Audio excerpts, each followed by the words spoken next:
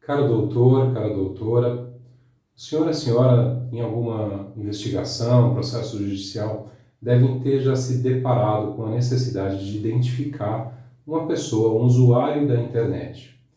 E já deve ter ouvido dizer também que para isso é necessário o IP ou o endereço IP. Isso não é uma inverdade, mas também não é completamente correto. O IP, ele tem outra função na internet. Nem sempre é possível utilizar o IP para identificar uma pessoa, mas sim, ele pode ser usado para ajudar nesse processo. Neste vídeo, nós vamos estudar o IP, nós vamos ver para que o IP serve de verdade na internet, em que situações ele pode nos ajudar a identificar um usuário na rede, em que situações isso é impossível, pode levar até uma falsa identificação. Nós vamos também estudar o Marco Civil da Internet e ver o que o Marco Civil da Internet fala a respeito do IP. Eu sou Antônio Moreiras, sou engenheiro especialista em internet e computação e esse daqui é o canal Digital no Direito, um canal que fala sobre tecnologia de uma forma simples e descomplicada para os senhores advogados, juízes, operadores profissionais da área de direito. Então, vamos rodar nossa vinheta e nós já vamos tratar da matéria em si.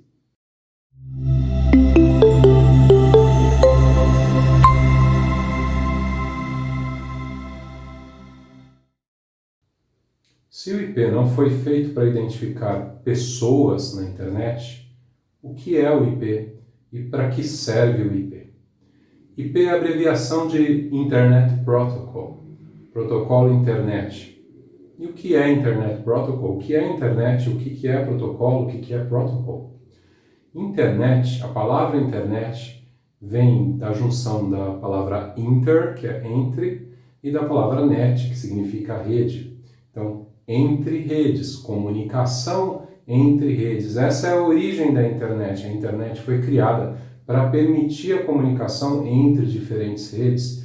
E isso está no DNA da internet e está na internet atual. A internet atual ela é composta, ela é feita, ela é construída por milhares e milhares de redes diferentes, com equipamentos de fabricantes diferentes, são empresas diferentes, gerenciadas por pessoas diferentes de um ponto de vista administrativo e de um ponto de vista técnico. E como que isso tudo funciona em conjunto, justamente porque existem protocolos. O que são protocolos? Nesse nosso contexto aqui, protocolos são regras, são conjuntos de regras de comunicação entre dispositivos eletrônicos, entre computadores e outros dispositivos. Então o IP é o protocolo internet, é o conjunto de regras de comunicação que permite a comunicação entre múltiplas redes diferentes. E uma rede nada mais é do que computadores e outros dispositivos eletrônicos interligados. O IP é então a principal tecnologia da internet. Ele dá o seu nome à rede global. A internet surgiu de um projeto dos militares americanos, de um projeto da DARPA. A DARPA financiava universidades, institutos de pesquisa, para que pesquisassem sobre redes mais resilientes, mais resistentes a falhas, melhores. E eles construíram uma rede que primeiramente se chamou ARPANET, porque era um projeto da DARPA. Em algum momento ela deixou de ser chamada de ARPANET e passou a ser conhecida como Internet. Ela tomou para si o nome do seu protocolo, o nome da sua principal tecnologia, porque o nome era muito significativo, era uma junção de redes e é assim que a internet é. O IP, essa tecnologia, o protocolo internet, ele separa o que a gente conhece hoje como internet das telecomunicações. Como assim? A internet não faz parte das telecomunicações? Não. O IP cria uma camada lógica, uma camada de abstração, uma camada de padronização, de homogeneização. Essa tecnologia, ela é capaz de funcionar em cima de muitos tipos diferentes de tecnologias de telecomunicações. Podemos usar aquelas redes cabeadas nos escritórios, podemos usar rádios, fibras óticas, satélites, N tipos de redes e tecnologias de telecomunicações. O IP cria então uma camada padronizada, homogênea, sobre a qual todas as outras tecnologias que constroem, que fazem funcionar o que a gente chama de internet funcionam, operam. Isso é o IP. Para ficar um pouco menos abstrato, antes disso ainda, olha que interessante, essa é uma característica técnica de funcionamento da rede, mas é uma característica refletida na regulação, na normatização. Temos a norma 4 de 1995 do Ministério das Telecomunicações, do Ministério das Comunicações na época, que diz porque ela ainda está vigente e basicamente toda a regulamentação de telecomunicações é construída em cima dela. Ela diz que a internet é um SVA, que é um SVA, um serviço de valor adicionado. Isso quer dizer que do ponto de vista dos serviços de telecomunicações, a internet é algo que faz uso deles. É algo que adiciona valor a eles, mas que não se mistura, não se confunde com eles. Isso quer dizer que a Anatel não regula a internet. A Anatel regula os serviços de telecomunicações que a internet usa para transportar a informação de um lado para o outro. Mas a internet em si, que é tudo que difere ela das telecomunicações tradicionais, isso não é regulado pela Anatel. Para isso existe o Comitê Gestor da Internet no Brasil, que também não é uma entidade reguladora, mas cria recomendações sobre como a internet, diretrizes sobre como a internet deve ser utilizada no país. Agora sim, para ficar menos abstrato, tente lembrar, senhor doutor, senhora doutora, como que a internet chega aí na sua casa. Aqui na minha casa, ela chega via TV a cabo, ela chega no mesmo cabo que a TV a cabo e que o telefone também. É um cabo só que me traz TV a cabo, internet e telefone.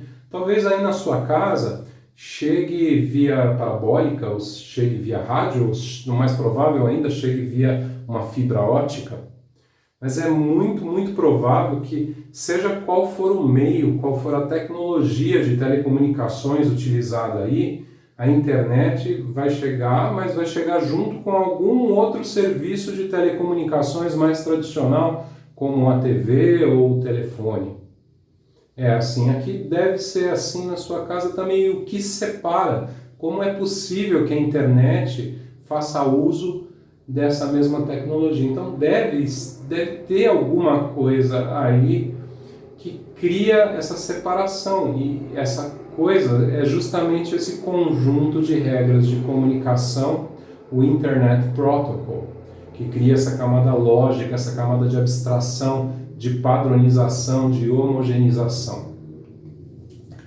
A internet usa então a infraestrutura de telecomunicações e faz dela um uso muito inteligente. Do ponto de vista da internet, a infraestrutura de telecomunicações é uma das infraestruturas sobre as quais a internet é construída, uma das infraestruturas das quais a internet depende, não é a única. A internet é construída sobre outras infraestruturas também. Temos os data centers com todos os serviços, servidores, até a distribuição de conteúdo na rede. Esse vídeo, por exemplo, ele depende muito mais de um data center, de serviços que estão rodando lá, do que da infraestrutura de telecomunicações. A internet faz uso também de Internet Exchanges, que é um outro tipo de infraestrutura que nada tem a ver com telecomunicações. Mas isso é só para lembrar. Eu gosto muito de lembrar disso, porque muitas vezes as pessoas confundem, as pessoas incluem gestores públicos que, quando estão fazendo políticas para fomentar a internet, às vezes só lembram das telecomunicações, mas a internet depende de muitos outros tipos de infraestrutura. Bom, mas quais são as regras definidas pelo IP e o que isso tem a ver com o tema desse vídeo? Não vamos fugir, não estou me esquecendo da questão da identificação dos usuários, já estamos chegando lá. Então, uma das regras no protocolo IP diz que a informação, que já está toda digitalizada, é toda digital, ela tem que ser dividida em partes, em pedaços, em pacotes, que devem trafegar de forma independente pela rede. Imagina um livro e eu arranco as páginas do livro para ser menos destruidora, eu posso tirar a encadernação do livro de uma forma toda cuidadosa, separo página por página do livro e entrego as páginas separadas e alguém do outro lado monta de novo essas páginas e junta tudo. É mais ou menos assim que a informação trafega na internet, ela trafega toda em pedaços e no destino ela é de novo colocada junto, ela é montada, feita inteira novamente. Uma outra regra diz que essa informação é encapsulada, então é como se eu mandasse essa informação pelo correio, com um envelope, você põe um envelope e tem informação de origem e destino, então é igual o destinatário e o remetente em uma carta. Mas como é um envelope digital, né, eu não consigo, como é muito abstrato para mim. Então imagina, um envelope digital é muito parecido com aqueles cabeçalhos que a gente escrevia no nosso caderno quando a gente estava lá na primeira série do primário, do prézinho, ou no ginásio, não sei. Lá atrás, lá no comecinho da nossa educação, o professor, a professora pediam para, toda vez que a gente fosse começar a fazer uma anotação, escrever lá o nome da cidade, a data, o nome da escola, o assunto que estaria sendo tratado, a matéria, e daí, sim, nós colocávamos a informação em si naquela página. E para que escrevíamos um cabeçalho? O cabeçalho eram como se fossem metadados, eram informações adicionais que nos permitiam identificar quando aquilo foi escrito, por que aquilo foi escrito. Eu conseguia chegar mais fácil na informação porque havia aquele cabeçalho. Então, um envelope digital, ele se parece muito mais com um cabeçalho lá no nosso caderno da infância do que com um envelope real. O que eu pego? Eu pego a informação digital, que são vários números e códigos, e acrescento um pequeno cabeçalho que funciona como esse envelope, que tem todos os metadados. Tem um endereço de origem, um endereço de destino, eu coloco no comecinho da informação e aquilo está encapsulado e isso vira um pacote que viaja conjuntamente por toda a rede. Esses pacotes, no caso da internet, podem viajar até por caminhos diferentes, simultaneamente, e lá no final eles são de novo colocados juntos e ordenados e está tudo bem. A outra regra diz que, olha, a origem e o destino são especificados com endereços numéricos. Então, esses endereços que identificam a origem e o destino das informações da internet são números, são simplesmente números. Então, esses números são os chamados endereços IP.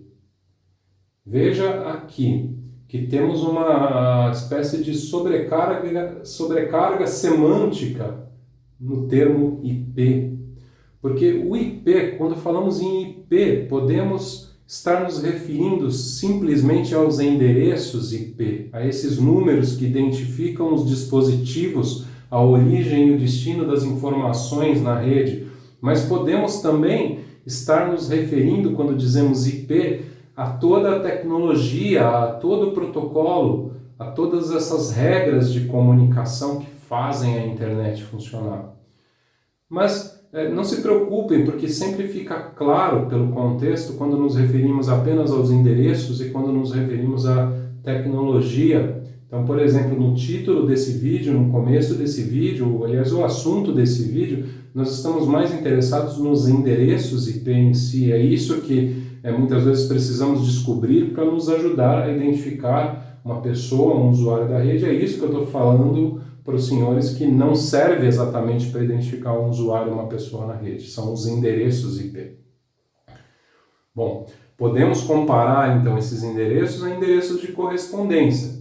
Do mesmo jeito que eu identifico uma casa com o nome da rua e com um número e um CEP, eu identifico um computador, um dispositivo, um smartphone na rede com um endereço numérico que é o IP.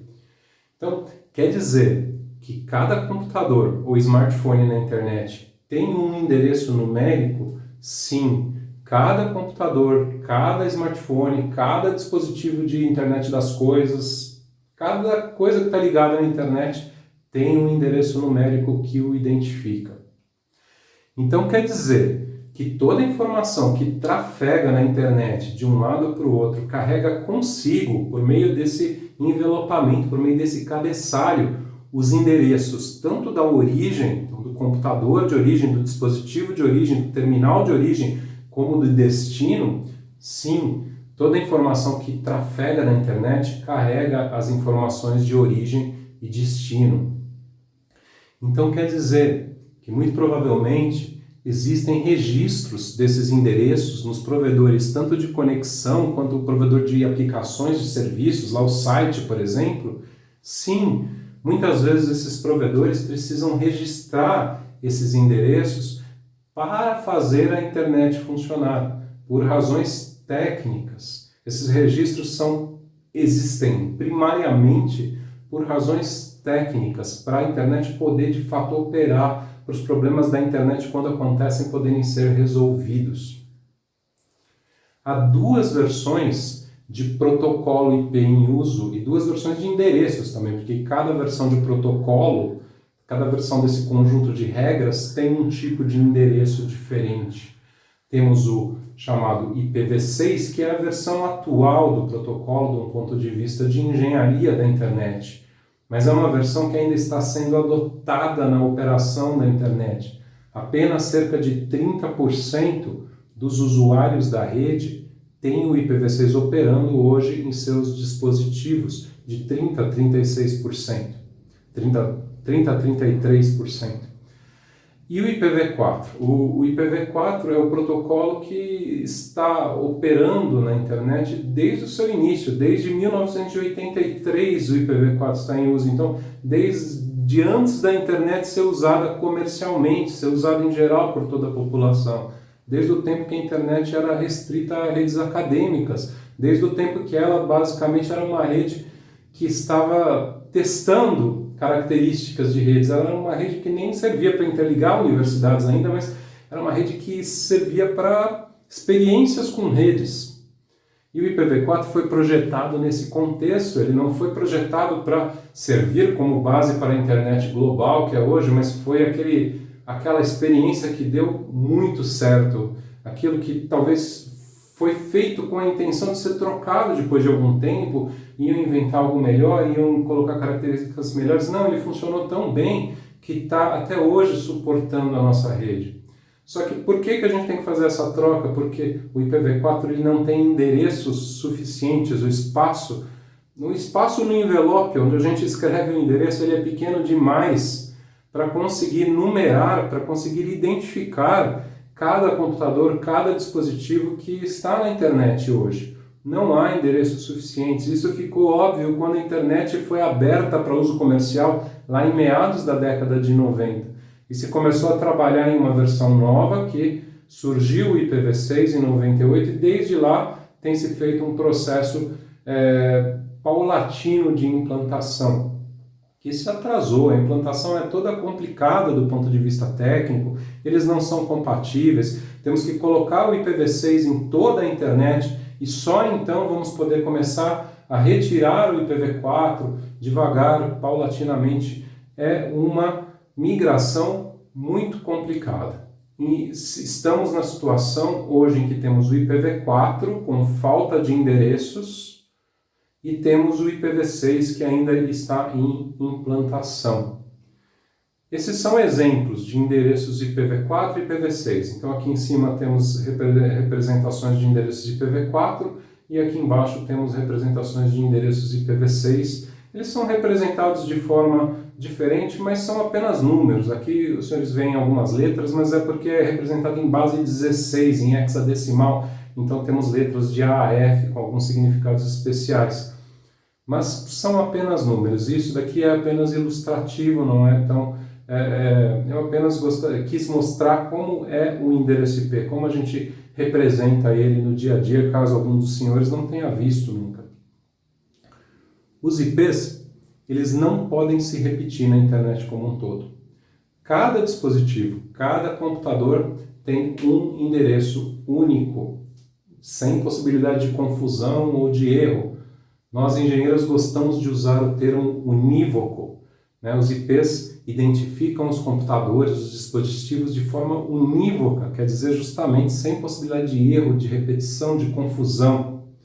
Mas essa é uma meia-verdade porque em algumas situações, nas extremidades da rede da internet, lá na casa dos usuários, nas empresas e em algumas outras situações, os IPs podem ser compartilhados e daqui a pouco a gente vai ver isso.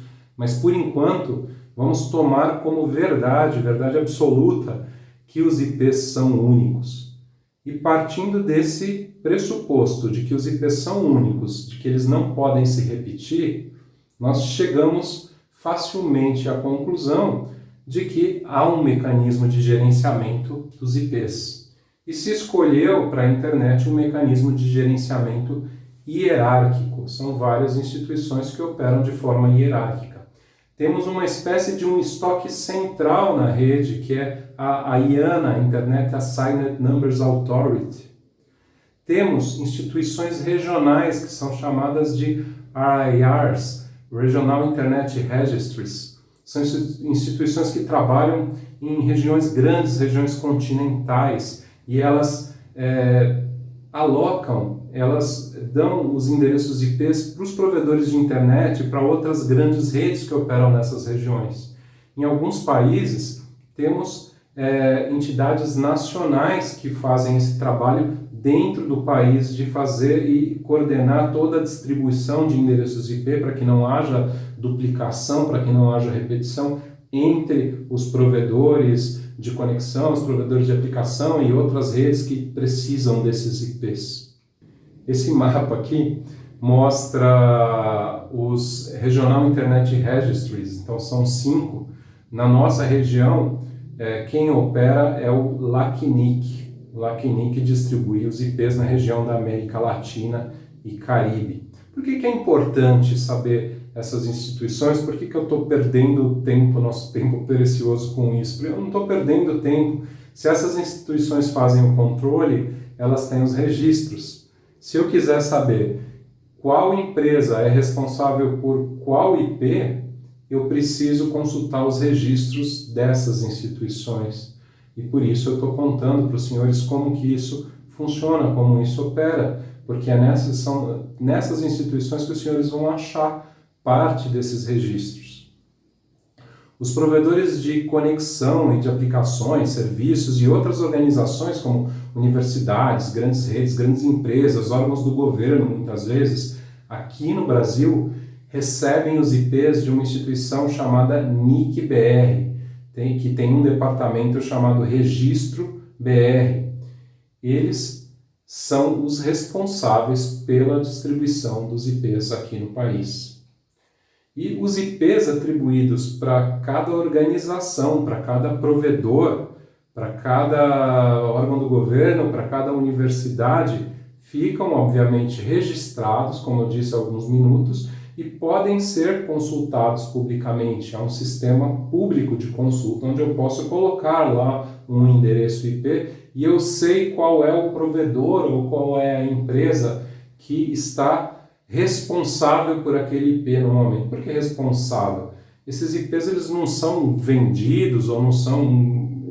Como que eles são? São simplesmente um recurso escasso que tem que ser gerenciado. Então existem essas instituições para gerenciá-lo e eles são alocados provisoriamente para uma determinada empresa, para um determinado provedor, enquanto aquela empresa e provedor precisar fazer uso. Então, quando um provedor vai pedir um bloco, um conjunto de endereços IP novo para essas instituições, para o registro BR aqui no Brasil, ele justifica, ele escreve uma justificativa técnica de por que ele precisa daqueles endereços IP novos. Porque o provedor está crescendo, porque provavelmente ele tem mais usuários para conectar, então ele vai dar uma justificativa técnica para isso, e o registro BR vai analisar e vai falar, ok, você precisa de mais IPs, e vai entregar os IPs. Enquanto o provedor estiver usando os IPs da forma que ele justificou, de acordo com o que ele disse ao registro BR, ele pode usar. Na hora que ele usar de alguma outra forma, ou na hora que ele não precisar usar mais, a empresa foi à falência, o provedor fechou, ele não precisa mais dos IPs. Os IPs voltam para o registro BR e podem ser alocados para outra entidade, para outro provedor, para outra empresa. Então, veja bem, a gente também tem registrado nesse sistema do registro BR, nesse sistema do LACNIC, nesse sistema dessas entidades, os grandes blocos de IP que um determinado provedor entrega para uma empresa. O que ele entrega para mim aqui em casa, não. Eu vou ter essa informação no próprio provedor, ele sabe. Mas o que ele entrega para uma empresa de grande porte, quando uma empresa de grande porte contrata a internet, normalmente ela precisa de muitos números, de muitos endereços para numerar muitos servidores e computadores. Então, o provedor dá um bloco grande, entrega junto com a conexão para aquela empresa usar provisoriamente, enquanto ela tiver aquele serviço, um bloco grande. Isso fica também registrado lá no registro BR. E como a gente faz essa consulta? Nesse site aqui, ruiz.registro.br. E note bem, o que acontece aqui? Eu coloco um IP lá e eu sei qual é a entidade responsável, por exemplo, eu descubro qual é o provedor que tem aquele IP. Então, no meio de uma investigação, no meio de um processo, eu fui lá, o provedor de aplicação, onde aconteceu alguma coisa, um banco onde aconteceu uma fraude, um Facebook, um blog, alguma coisa onde foi feito um post indevido, me forneceu um IP. O IP que foi responsável por aquele ocorrido. E daí eu preciso saber, do outro lado, quem foi o usuário. Então, primeira coisa, qual provedor está tomando conta daquele IP? Qual provedor, muito entre aspas, é dono daquele IP nesse momento? Eu venho aqui no Ruiz, coloco aquele IP e consigo descobrir essa entidade, consigo descobrir esse provedor e tem dados de contato e tudo mais. Mas olha, é um Ruiz, não é um Ruas, né? Não é um quem era, é um quem é hoje. Esse IP pode ser que um ano atrás, uma semana atrás, 5 anos atrás, ele tivesse sob responsabilidade de uma outra entidade, de um outro provedor.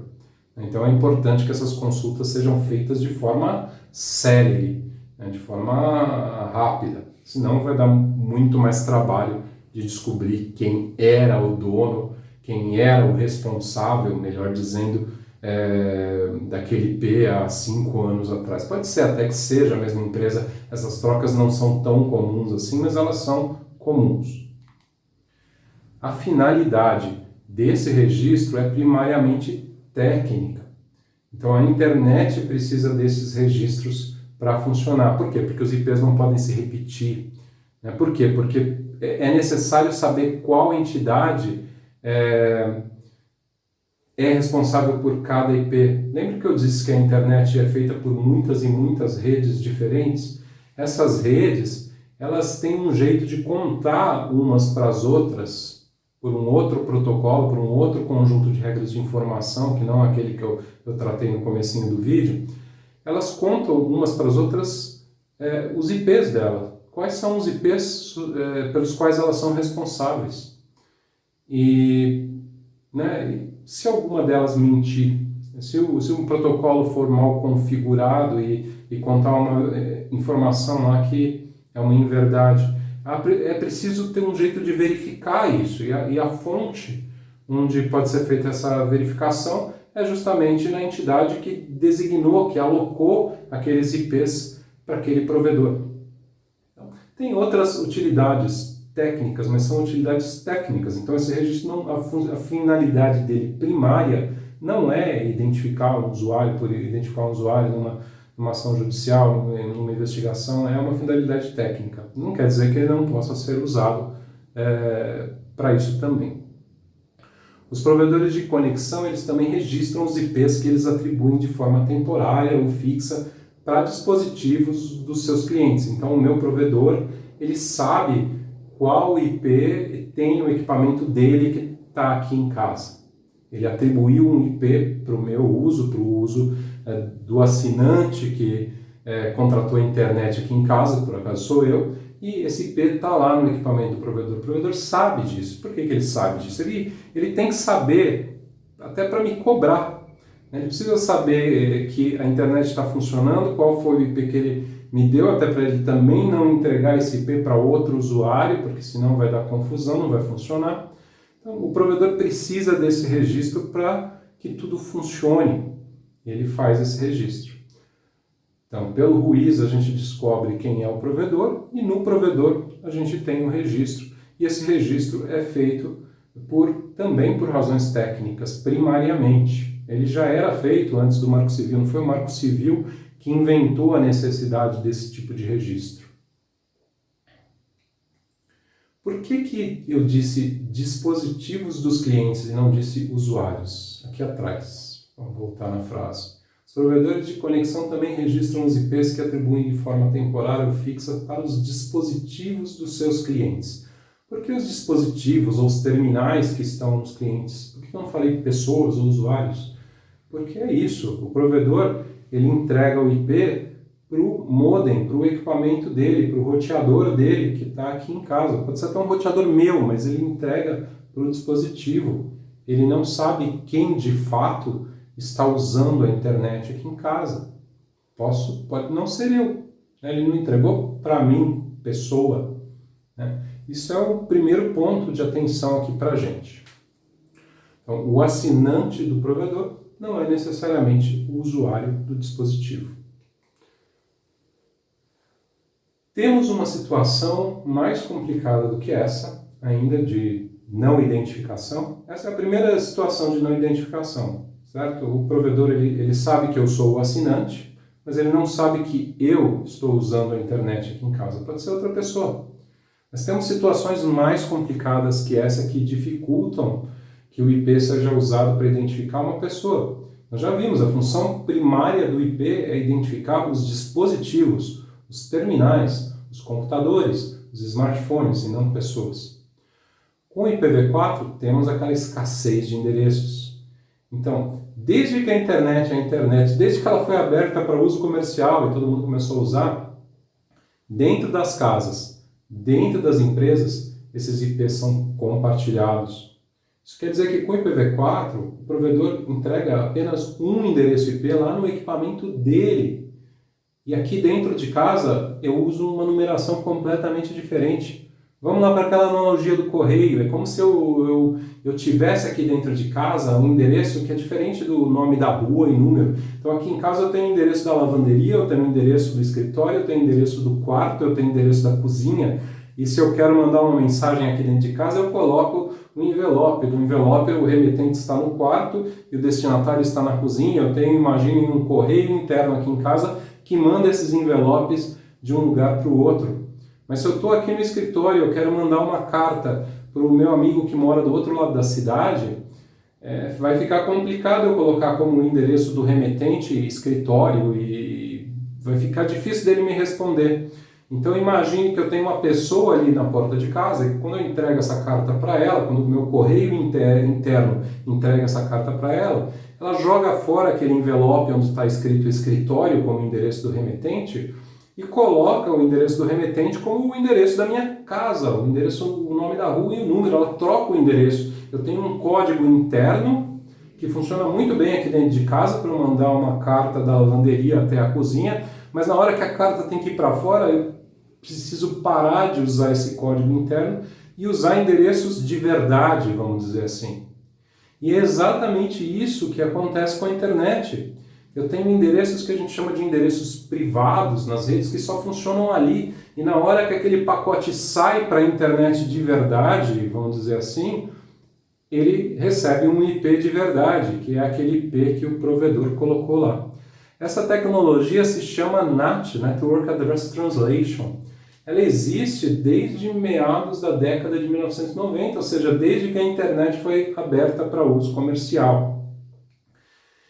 O provedor de conexão entrega um endereço IP único na empresa ou na casa e lá muitos o utilizam simultaneamente. Então aqui, olha, a segunda situação em que a gente pode ter problemas de identificação, porque dentro de uma casa, dentro de uma empresa mais ainda, muitos usuários estão utilizando o mesmo IP ao mesmo tempo.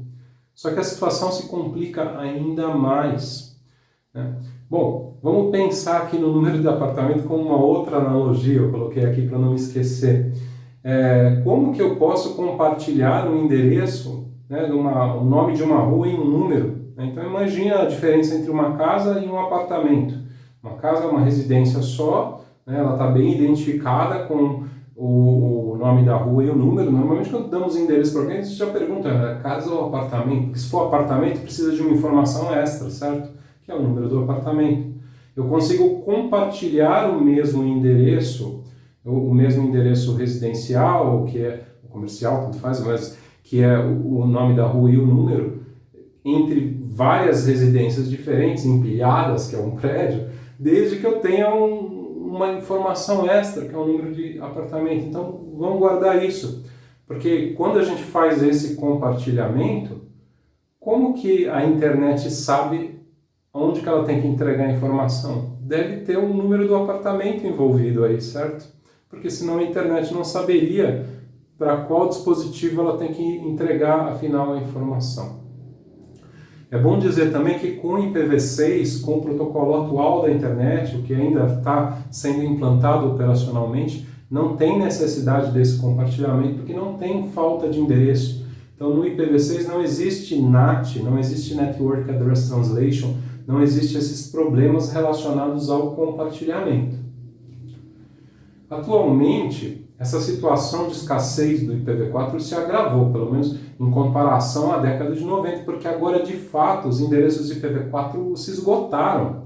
Os provedores não têm mais estoque de novos endereços IPv4 para entregar para os provedores. Todos já estão em uso, todos já estão numerando computadores de usuários por aí. Esse esgotamento não quer dizer que nada vai parar de funcionar, nada disso, mas não dá para ampliar. Mas a internet precisa se ampliar, a internet continua crescendo, muita gente continua assinando a internet lá nos provedores, e como que faz? Então os provedores em si começaram também a compartilhar endereços IP. Então esse compartilhamento que já era desde a década de 90, feito nas casas ou feito nas empresas, ele passou a ser feito nos provedores, um passo atrás.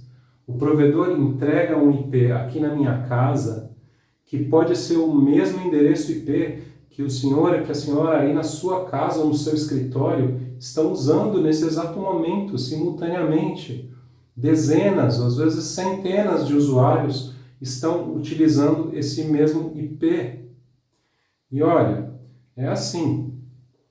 Isso se chama CGNAT, a tecnologia é a mesma. É o NAT, Network Address Translation, só que é maior, passar mais dados, o equipamento é maior, então se chama de Carrier Grade, né? É um nome mais pomposo, é um NAT grau de operadora, grau de provedor, né? Um equipamento mais caro, maior, que tem maior poder de processamento, consegue operar com mais dados, mas ele faz exatamente a mesma coisa, que é trocar os endereços.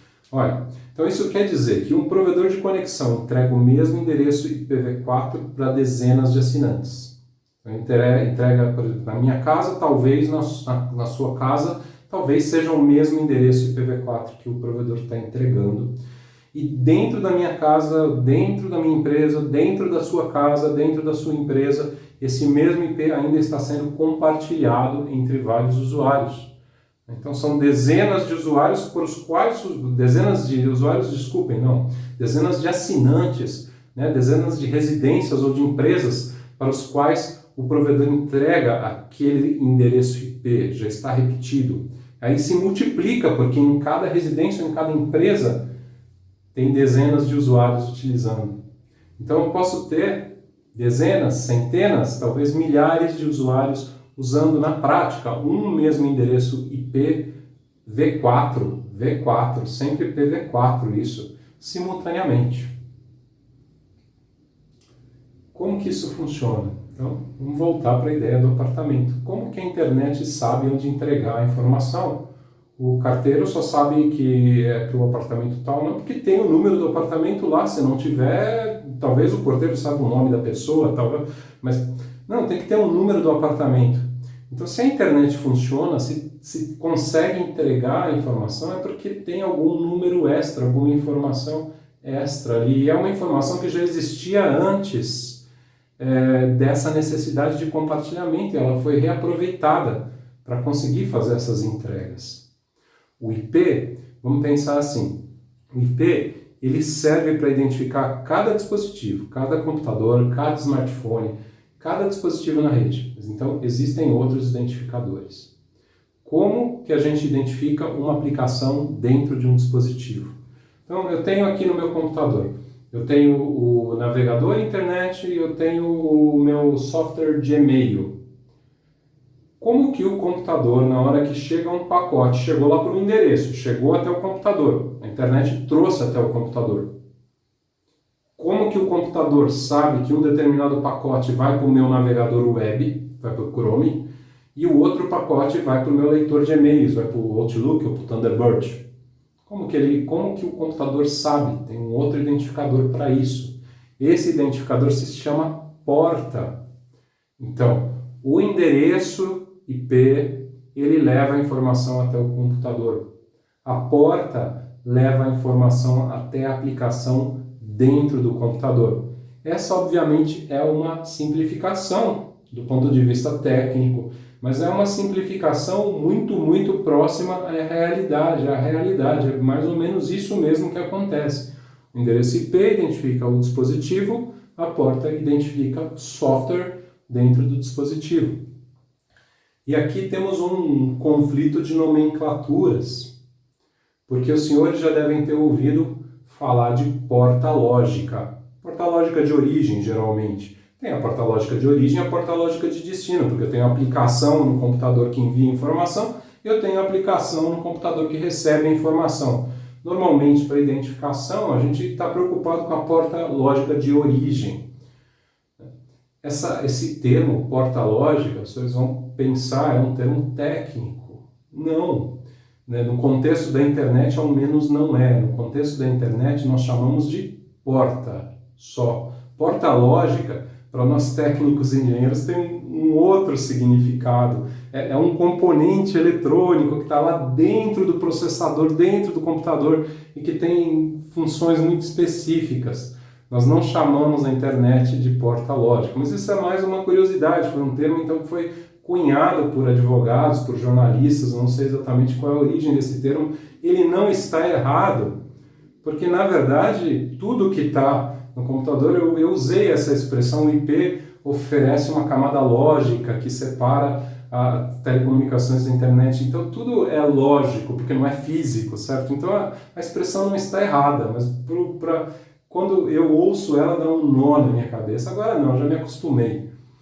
Mas do ponto de vista técnico, nós geralmente usamos só porta de origem. Mas isso é mais uma curiosidade, para a gente isso não importa tanto. Dá para entender, a gente já se acostumou também com essa nomenclatura de porta lógica. Bom, o provedor de conexão, então, ele tem o registro do IP que é atribuído para o assinante e, normalmente, 99,9% das vezes, ele sabe quais são essas portas de origem que ele atribuiu para o assinante. Então, se ele compartilha o IP, essa porta é um número que vai de 0 a 65.535. Quando ele compartilha o IP, ele fala, o assinante A só pode usar os números de 0 a 1000, o assinante B de 1001 a 2000, e assim por diante, de forma que ele designa um conjunto de números de porta para cada um dos assinantes, de forma que ele consegue separar os assinantes. A internet depois sabe qual informação que ela manda para um lugar ou para o outro. O NAT, o Network Address Translation, ele consegue fazer isso dentro do provedor, com essa separação de portas. Então o provedor, até de um ponto de vista técnico, ele precisa saber isso. O equipamento dele tem que ter essa informação. Então ele faz registros disso.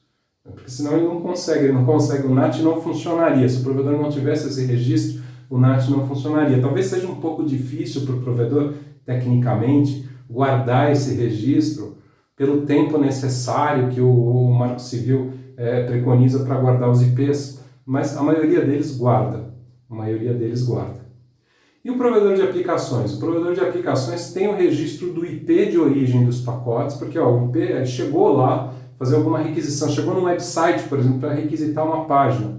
O provedor de aplicação registra esse IP, porque isso serve para troubleshooting, isso serve também para controle, quantos acessos teve, se o acesso foi do mesmo lugar, se foi de lugares diferentes, serve para várias coisas o registro do IP para o provedor de aplicação. E, às vezes, ele registra a porta de origem. Por que às vezes? Porque normalmente não era praxe, normalmente ele não registrava isso.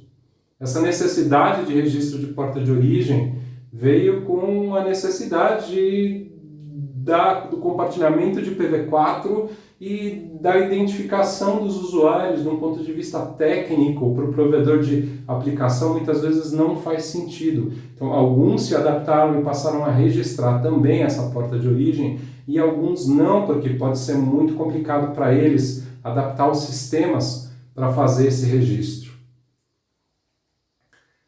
E o que o Marco Civil diz sobre isso? Como que o Marco Civil trata os IPs e quando é necessário registrar, o que ele fala sobre tudo isso que a gente conversou até agora. Então vamos dar uma olhada no Marco Civil, primeiro na parte das definições, que é o artigo 5º. O item 3 do artigo 5º diz que o endereço de protocolo internet, endereço IP, é o código atribuído a um terminal de uma rede para permitir sua identificação, definido segundo parâmetros internacionais. Então veja lá, como que ele define IP?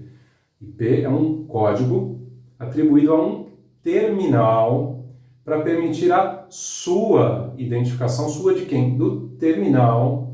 Aqui está dizendo que o endereço IP é um código atribuído a um assinante ou a um usuário ou a uma pessoa para permitir a identificação da pessoa. Não.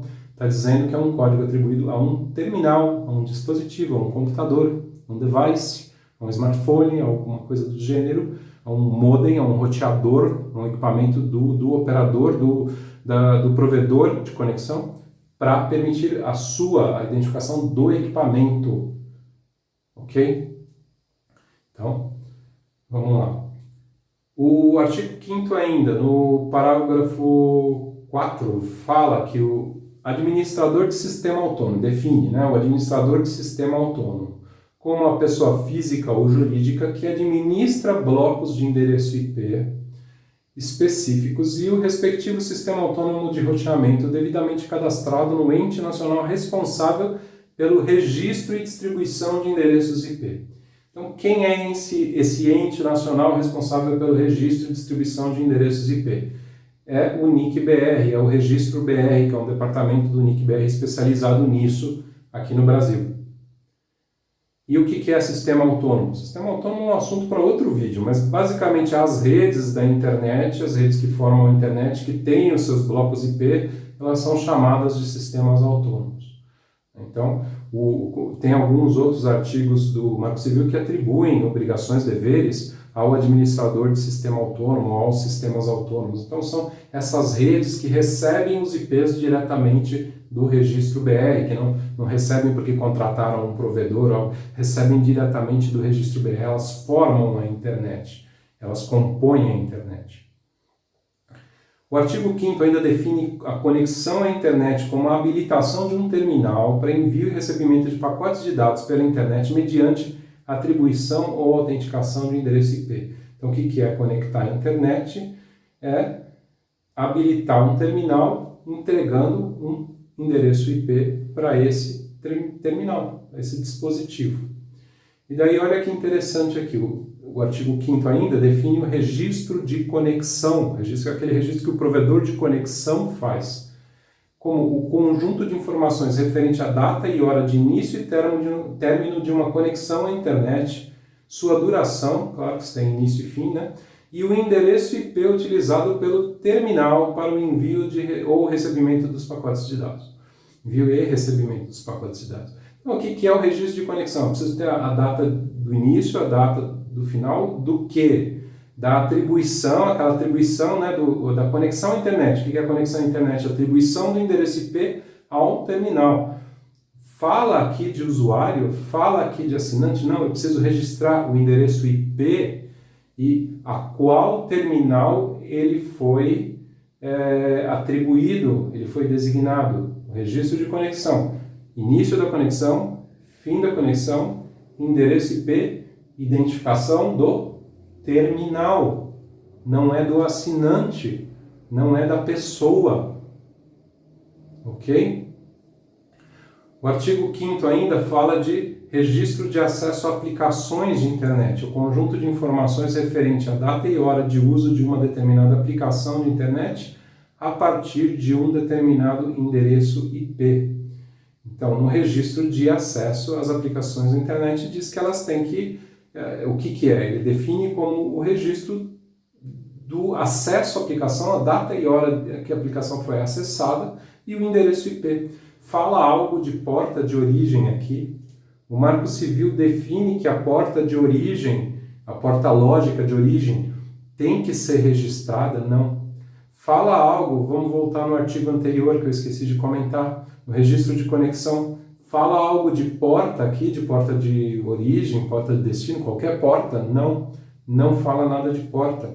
Fala de endereço IP. Endereço IP e terminal. E aqui fala de endereço IP e data hora. O que mais que o Marco Civil fala sobre esse assunto? Ele fala de como os registros têm que ser identificados, solicitados, desculpem. Então, o artigo 10º, aqui eu não escrevi o artigo, eu só estou resumindo o que ele diz que a solicitação do registro de conexão tem que ser feita via ordem judicial. Então, quando você vai solicitar um registro, eu tenho lá um IP que eu descobri pelo provedor de aplicação, eu olhei lá no Ruiz, descobri quem é o provedor de conexão, vou querer saber quem é o assinante, talvez, ou qual é o terminal que estava usando aquele IP. Para fazer essa solicitação para o provedor de conexão é necessário uma ordem judicial. E na solicitação a gente pode pedir os dados pessoais associados. Então, se o provedor tem os dados pessoais do assinante, ele pode entregar, né? Porque isso não faz parte do registro de conexão. O registro de conexão é o IP e o dispositivo. Mas o provedor pode conhecer os dados pessoais. O meu provedor aqui com certeza sabe os meus dados pessoais, porque todo mês ele me envia a conta. Então eu tenho certeza que ele faz um bom uso dos meus dados pessoais. É para isso que servem os dados pessoais no provedor. Mas e se o provedor for não oneroso? Imagina um provedor que está oferecendo conexão à internet em um evento e não identifica os usuários porque ele não vai cobrar daqueles usuários. O artigo 11 do regulamento, o Marco Civil está regulamentado, tem um decreto que regulamenta ele. O artigo 11 do regulamento especifica que se o provedor não guardar os dados pessoais, ele simplesmente justifica isso e não precisa fornecê-los, ele não obriga a guardar os dados pessoais. O Marco Civil não obriga o provedor a identificar o usuário. Quando o provedor identifica o usuário, identifica o assinante, não é nem o usuário da rede, que a gente viu que o assinante pode ser diferente do usuário, certo? Mas quando o provedor identifica o assinante, porque ele vai cobrar do assinante, geralmente é por isso que ele faz por razões de negócio, então o Marco Civil diz, olha, por favor, forneça esse dado para ajudar na investigação, para ajudar no processo judicial. Mas se o provedor, pelo modelo de negócio dele, ele não identifica, o Marco Civil não obriga, não traz essa obrigação ao provedor de identificar o usuário. Artigo 11º define o prazo de 1 ano para a guarda desse registro pelo provedor de conexão e diz que a autoridade policial, administrativa ou o Ministério Público podem requerer cautelarmente que sejam guardados esses dados por um prazo superior. Então, se estamos numa investigação, essa investigação vai demorar mais do que 1 ano e não temos a ordem judicial por enquanto, porque é o início da investigação, né? Nem sabemos se vamos precisar de uma ordem judicial, se vamos precisar, mas talvez precisemos desse dado, tem que administrativamente solicitar ao provedor para que, olha, você não vai me fornecer o dado agora, mas você vai guardá-lo por um período maior do que 1 ano, porque eu estou numa investigação aqui, e isso é sigiloso, tal. O Marco Civil diz mais coisas sobre isso, eu trouxe aqui um pequeno resumo só. Que mais? Artigo 14. Na provisão de conexão onerosa gratuita é vedado guardar os registros de acesso a aplicações. O provedor de conexão não pode saber o que o usuário está acessando do outro lado. Não interessa isso ao provedor de conexão. O Marco Civil proíbe esses registros. O artigo 15º fala do registro de aplicação. O prazo para o provedor de aplicação armazená-lo é de 6 meses. Uma ordem judicial pode obrigar o provedor de aplicação a guardar por mais tempo. Bom, e isso é o que o Marco Civil diz. Agora, temos ainda alguns complicadores a mais aqui, estamos chegando no final do vídeo, no final da aula, mas ainda temos alguns complicadores a mais do que todos os que a gente viu até agora. Notem que o Marco Civil, o que está escrito nele não difere em nada do que eu expliquei antes. Sobre a função do IP, sobre para que serve, ele não atribui obrigações novas aos provedores, ele respeita, vamos dizer dessa forma, o funcionamento da internet, o funcionamento do negócio dos provedores. Ele simplesmente regulamenta por quanto tempo os provedores têm que guardar os registros que eles já guardavam e em que situações esses registros podem ou não podem ser fornecidos para as autoridades, como eles podem ser fornecidos, com dados adicionais, sem dados adicionais. O Marco Civil apenas regulamenta alguns pontos aí que eu diria até que secundários, né? Mas ele respeita a forma como a internet opera, como a internet funciona. Então, em nenhum momento ele diz que o IP serve para identificar os usuários ou que a guarda de logs é obrigatória justamente para identificar os usuários. Não, muito pelo contrário. Ele diz que o IP serve para identificar o terminal e que os dados pessoais do assinante podem ou não estar sendo entregues junto ao IP. Mas para que serve o IP se não tiver o dado? Talvez saber o terminal já seja uma grande coisa, talvez saber que o IP estava em uso naquele momento já seja uma grande coisa, talvez saber que o IP estava em uso por um assinante daquele determinado provedor naquele momento já seja uma grande coisa e já ajude na investigação, dependendo do caso. Bom, vamos lá, vamos ver os complicadores extras. Pensa no correio normal. Meu celular apitando aqui, que bonito isso, no meio da aula. Pensa no correio normal. A gente tem certeza que a gente está se correspondendo com a pessoa que a gente quer se corresponder. Imagina que o senhor e a senhora me mandem uma carta aqui na minha casa e eu responda: será que sou eu mesmo? Existem situações em que talvez meu vizinho possa interceptar essa carta e responder por mim e talvez os senhores nem vão saber, vão ficar trocando correspondência, achando que estão falando comigo e não estão. Como saber? Essa analogia é válida para a internet? Será que existem ainda casos, além de tudo que a gente viu, em que esse tipo de coisa pode acontecer? Sim, existem. Então vamos ver alguns.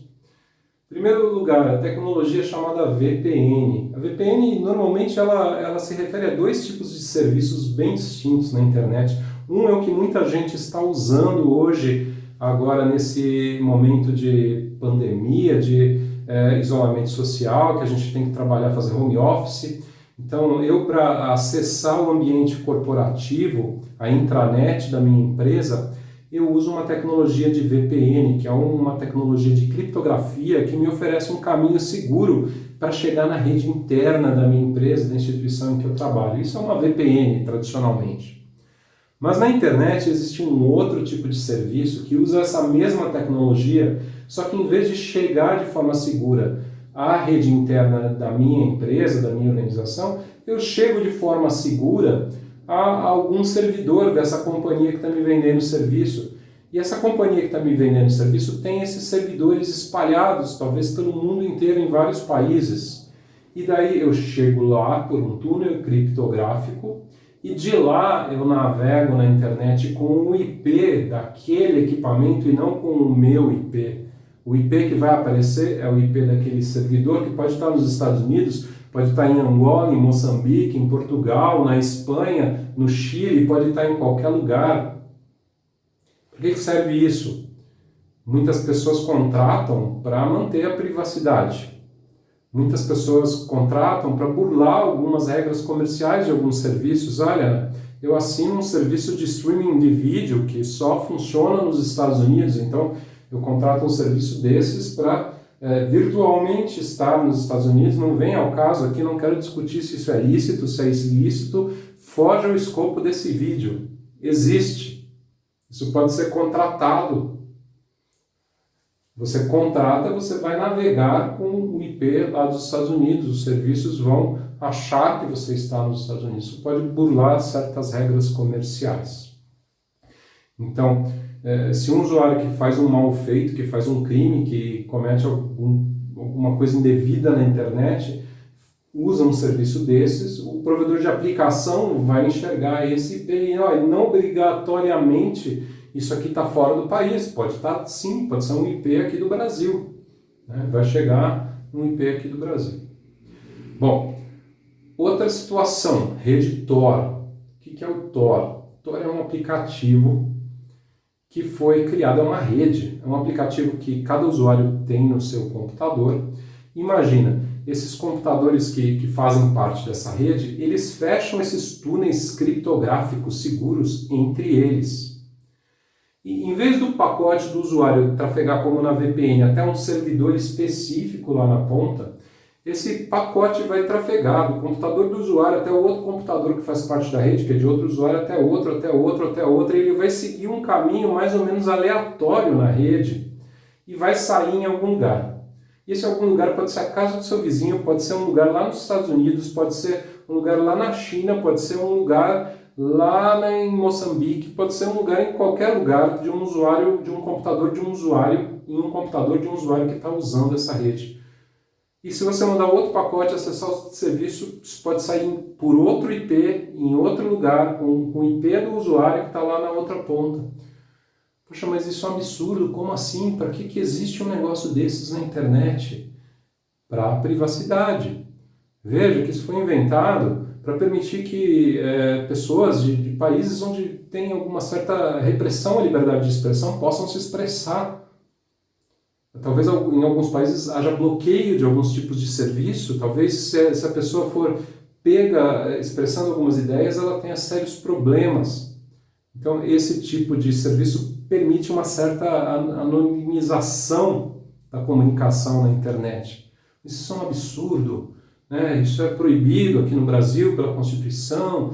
Bom, eu não quero discutir isso, mas eu quero que os senhores pensem, reflitam um pouco e não pensem mal das pessoas que são preocupadas com a privacidade na internet, porque temos um verdadeiro ataque à privacidade das pessoas, tanto por parte das empresas comerciais que querem fazer profiles das pessoas para oferecer coisas para elas comprarem, só que esses profiles são feitos recolhendo informações sem o devido conhecimento dos usuários, sem o controle dos usuários. Isso é muito complicado, mas mais que isso, houve aquelas denúncias sobre a NSA, aquelas denúncias alguns anos atrás, do Snowden, e o que aconteceu? Os governos talvez estão ainda, vigiando as pessoas em massa.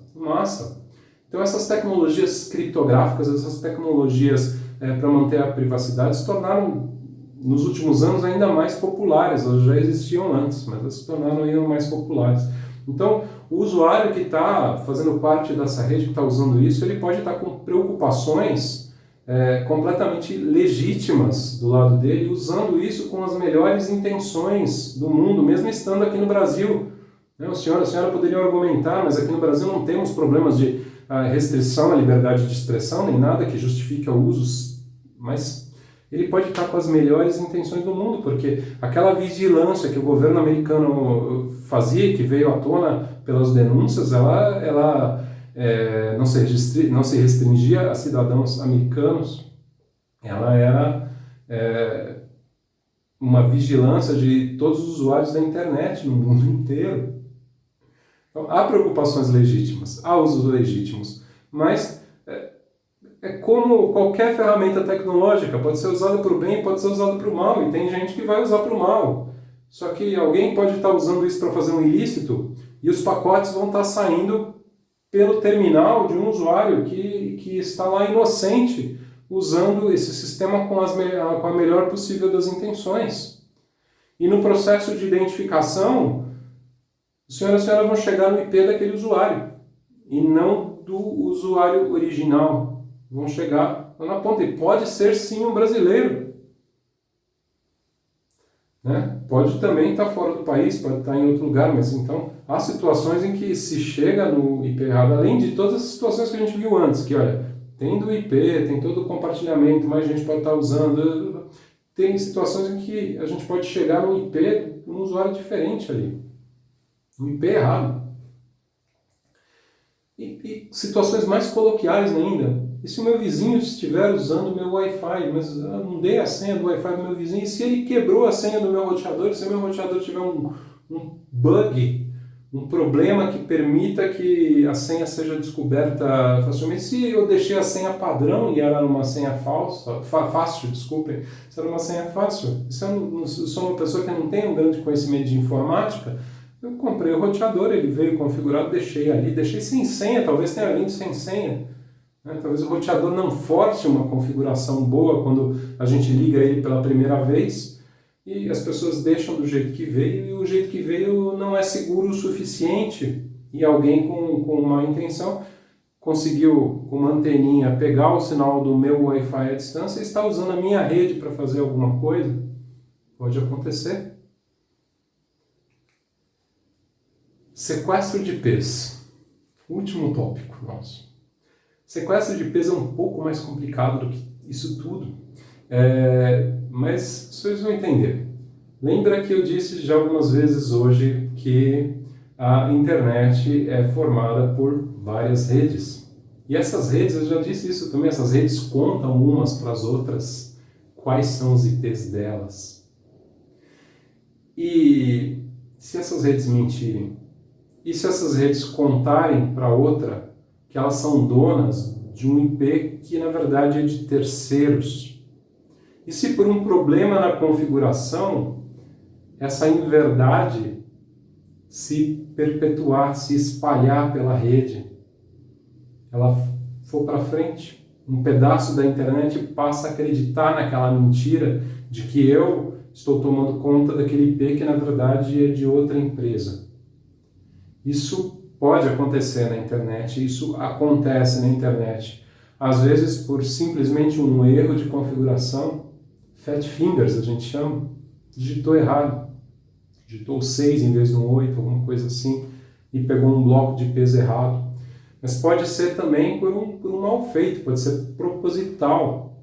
Pode ser que uma empresa esteja tentando, por exemplo, se passar por um site. Isso é mais comum do lado de um provedor de aplicações, esse problema. Então, uma determinada empresa tem um site que tem um determinado número IP ali fixo, e uma outra empresa sequestra aquele número IP para fazer os usuários chegarem num site indevido. Por exemplo, tem um site de banco, alguém sequestra o IP daquele site do banco para o usuário chegar num site indevido e informar o usuário, senha, tudo, e se faz um ataque de phishing, né? Se captura essas informações para depois acessar a conta de verdade do usuário e fazer alguma operação.